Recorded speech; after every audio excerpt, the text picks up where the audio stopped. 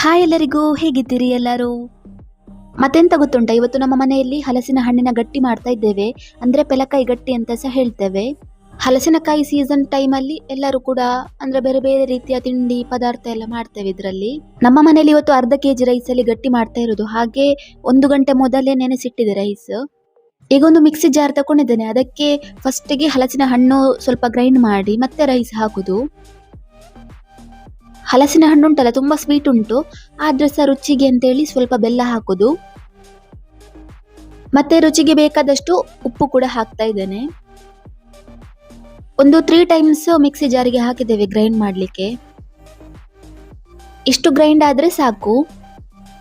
ಈಗ ಇದಕ್ಕೆ 15ರಿಂದ 20 ಪೆಪ್ಪರ್ ಹಾಕಿ ಅದನ್ನು ಸ್ವಲ್ಪ ಗ್ರೈಂಡ್ ಮಾಡಿ ತೆಗೆಯುವುದು.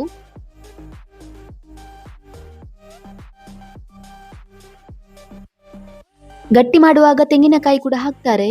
ನಾವಿಲ್ಲಿ ತೆಂಗಿನಕಾಯಿ ಕಟ್ ಮಾಡಿ ಹಾಕ್ತಾ ಇರೋದು. ಗ್ರೇಟ್ ಮಾಡಿ ಕೂಡ ಹಾಕ್ಬೋದು.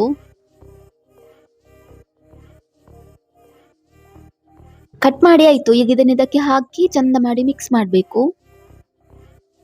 ತೆಂಗಿನಕಾಯಿಯನ್ನು ಉಂಟಲ್ಲ, ಹೀಗೆ ಕಟ್ ಮಾಡಿ ಹಾಕೋದಾದ್ರೆ ಸ್ವಲ್ಪ ಜಾಸ್ತಿ ಟೈಮ್ ತಗೊಳ್ತದೆ. ಅದೇ ಗ್ರೇಟ್ ಮಾಡಿದ್ರೆ ಬೇಗ ಆಗ್ತದೆ ಅಂತ. ಹಲಸಿನಕಾಯಿ ಗಟ್ಟಿಯನ್ನು ಉಂಟಲ್ಲ, ಬೇರೆ ಬೇರೆ ರೀತಿಯಲ್ಲಿ ಮಾಡ್ತಾರೆ. ಅಂದ್ರೆ ಬಾಳೆ ಎಲೆ ಆಗಿರ್ಬೋದು, ಬೇರೆ ಎಲೆಯಲ್ಲಿ. ನಾವಿವತ್ತು ಬಾಳೆ ಎಲೆ ಯೂಸ್ ಮಾಡ್ತಾ ಇಲ್ಲ. ಈ ಎಲೆಯದ್ದು ಹೆಸರೆಂತ ಗೊತ್ತುಂಟಾ? ಸಾಗುವಣಿ ಎಲೆ ಅಂತ. ತುಳುವಲ್ಲಿ ಇದಕ್ಕೆ ತೆಕ್ಕಿದ ಇರೆ ಅಂತ ಹೇಳ್ತೇವೆ. ಈ ಎಲೆಯನ್ನು ಒಂದು 20 ನಿಮಿಷ ಸ್ವಲ್ಪ ನೀರಿನಲ್ಲಿ ನೆನೆಸಿ ಇಟ್ಟಿದ್ದೇವೆ. ಈ ಹಿಟ್ಟನ್ನೆಲ್ಲ ಎಲ್ಲ ಎಲೆಗೆ ಹಾಕಿ ಫೋಲ್ಡ್ ಮಾಡಿ ಈಗ ಸೈಡಲ್ಲಿ ಇಡುವ.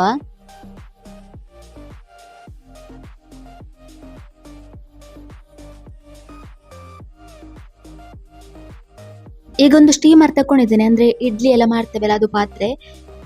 ಸ್ವಲ್ಪ ನೀರು ಹಾಕಿ ಅದು ಬಿಸಿ ಆಗ್ಲಿಕ್ಕೆ ಇಡ್ಬೇಕು. ಈಗ ನೀರು ಕೂಡ ಕುದಿಲಿಕ್ಕೆ ಶುರುವಾಯಿತು. ಇನ್ನು ಮಡಚಿಟ್ಟಂತಹ ಹಿಟ್ಟನ್ನು ಇಡಬೇಕು. ಆಗ ಎಲ್ಲ ಹಿಟ್ಟನ್ನು ಸಹ ಫೋಲ್ಡ್ ಮಾಡಿ ಇಡ್ಲಿಲ್ಲ. ಅಂದ್ರೆ ಅದು ತುಂಬಾ ಹೊತ್ತು ಇಟ್ಟರೆ ಅದು ನೀರಾಗ್ತಾ ಹೋಗ್ತದಲ್ಲ, ಅದಕ್ಕೆ.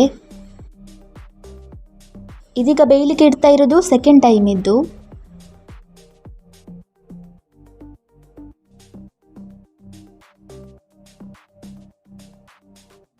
ಈಗ ಎಲ್ಲ ಸಹ ಸ್ಟೀಮರ್ ಒಳಗೆ ಇಟ್ಟಾಯ್ತು. ಇನ್ನಿದನ್ನು ಬೇಯಲಿಕ್ಕೆ ಬಿಡಬೇಕು. 30 ಮಿನಿಟ್ಸ್ ಇದನ್ನು ಬೇಯಲಿಕ್ಕೆ ಬಿಟ್ಟರೆ ಸಾಕು. ಅಂದ್ರೆ ಬೇಗ ಬೇಯ್ತದೆ. ಹಲಸಿನ ಹಣ್ಣಿನ ಗಟ್ಟಿಯೊಟ್ಟಿಗೆ ಉಂಟಲ್ಲ, ಚಿಕನ್ ಸುಕ್ಕ ಇದ್ರೆ ಒಳ್ಳೇದಾಗ್ತದೆ. ಇದು ತಿಂಡಿ ಮಾಡ್ತಾ ಇರೋದು ನಾಳೆ ಬೆಳಿಗ್ಗೆಗೆ. ಅಂದ್ರೆ ಇದೀಗ ರಾತ್ರಿ ಎಲ್ಲ ರೆಡಿ ಮಾಡಿ ಬೇಯಿಸಿ ಎಲ್ಲ ಇಡೋದು. ಮತ್ತೆ ನಾಳೆ ಬೆಳಿಗ್ಗೆಗೆ ಸ್ವಲ್ಪ ಬಿಸಿ ಮಾಡಿದ್ರೆ ಆಯ್ತು. ಈಗ ನೋಡಿ 30 ಮಿನಿಟ್ಸ್ ಆಗಿದೆ. ಒಳ್ಳೆ ಪರಿಮಳ ಕೂಡ ಬರ್ತಾ ಉಂಟಾಯ್ತಾ. ಇದು ಸಿಂಪಲ್ ಆಗಿ ಮಾಡಿದ್ದಾಯ್ತಾ. ಅಂದ್ರೆ ಹೀಗೆ ಮಾಡಿದ್ರೆ ತಿನ್ಲಿಕ್ಕೆ ಒಳ್ಳೇದಾಗುದು. ಜಾಸ್ತಿ ಇಂಗ್ರೀಡಿಯೆಂಟ್ಸ್ ಎಲ್ಲ ಹಾಕಿದ್ರೆ ಅಷ್ಟು ಒಳ್ಳೇದಾಗುದಿಲ್ಲ. ಕೆಲವರು ಏಲಕ್ಕಿ ಎಲ್ಲ ಹಾಕ್ತಾರೆ, ಅದು ನಮಗಿಷ್ಟ ಆಗುದಿಲ್ಲ. ಇವತ್ತಿನ ಈ ರೆಸಿಪಿ ನಿಮಗೆ ಇಷ್ಟ ಆಗಿದೆ ಅಂತ ಅನ್ಕೊಳ್ತೇನೆ. ವಿಡಿಯೋ ಇಷ್ಟ ಆಗಿ ಸಬ್ಸ್ಕ್ರೈಬ್ ಮಾಡದೆ ವಿಡಿಯೋ ನೋಡ್ತಿದ್ರೆ ಪ್ಲೀಸ್ ಸಬ್ಸ್ಕ್ರೈಬ್ ಮಾಡಿ. Thank you, bye.